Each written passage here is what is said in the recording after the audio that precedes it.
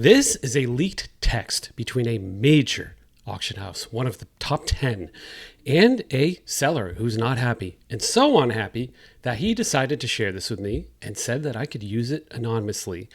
In this text, he is saying that it is okay for the seller to bid on his own card. It's okay for his friends to bid on their own card. It's okay for anybody to bid on their own card.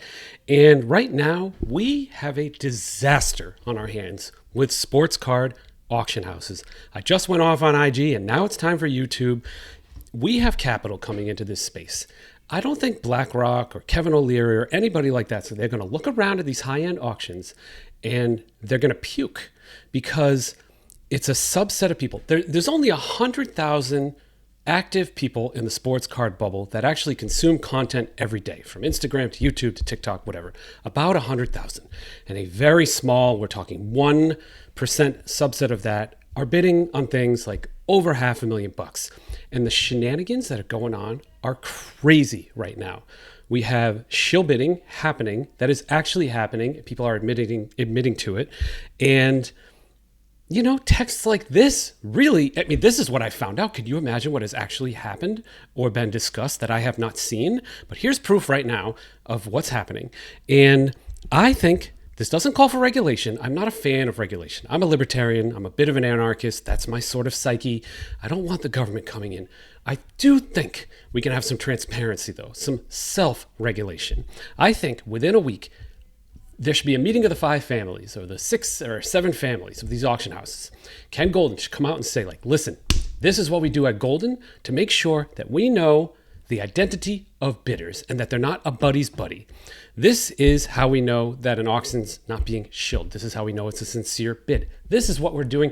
We're not perfect, but this is what we're doing. And that's something we can all digest. Heritage, come out and do the same thing. Robert Edward Auctions. Everybody, they need to come out and say, these are our standards, and honestly, there's standards for everything. There's standards for my guitar over there, for USB-C cords, there's standards for everything in life. We need a standard, like ethics of behavior in auction houses, and zero tolerance.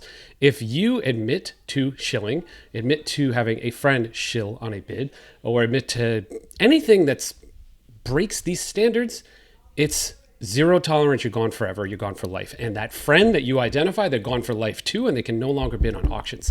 I also have a problem with influencers in this space. I do think, like Jim Cramer and the stock market, he's not allowed to bid on stocks unless it's for a charitable trust because he can move the market. Do you think one influencer can move only 100,000 people? Of course, it's even worse in this space. If somebody, pops, a star card, thing goes crazy at auction, and you're allowed to promote your own stuff, but like you can really move a market here. And I don't know how I feel about influencers having their own high-end auctions anymore.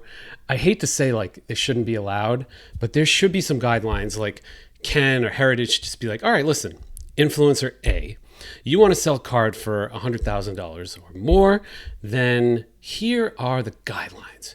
You're not allowed to have your buddy bid on it. You're not allowed to have your friend's cousin's sister bid on it. You're allowed to promote it 2 times, the day before the auction ends and the day, whatever, something like that. And it's like self-regulation so we can have a good, open, high-end market. This morning, I just texted people, 10 different people. They are all capable of bidding on $1 million cards without it changing their mood or their financial circumstances. So these are very wealthy people. I told all of them to not bid on a high-end auction for the next 2 months because that's how little I trust it. I have my own. I was going to auction off a 69 Topps autographed set, high 6 figures, maybe hits $1 million, whatever. I am no longer auctioning that off because I don't feel good about using an auction house right now. I also don't feel good about what people might think. Like, hey, is Nick having a buddy bid on that? Or is Nick bidding on his own thing? And it's just all garbage. It's all garbage. And this is a problem because auctions are the backbone of sports cards. It's how we liquidate. It's a big part of how we liquidate, other than card shows. eBay, don't even get me started. That's a whole nother issue. It's mostly a tech issue. But like back in the 80s, it's just phone calls and stuff like that. It's different. It's easier to police. It's so hard now. But we need to self-police before this whole thing runs away with us because it is a disaster. Don't trust anything right now for the next couple months.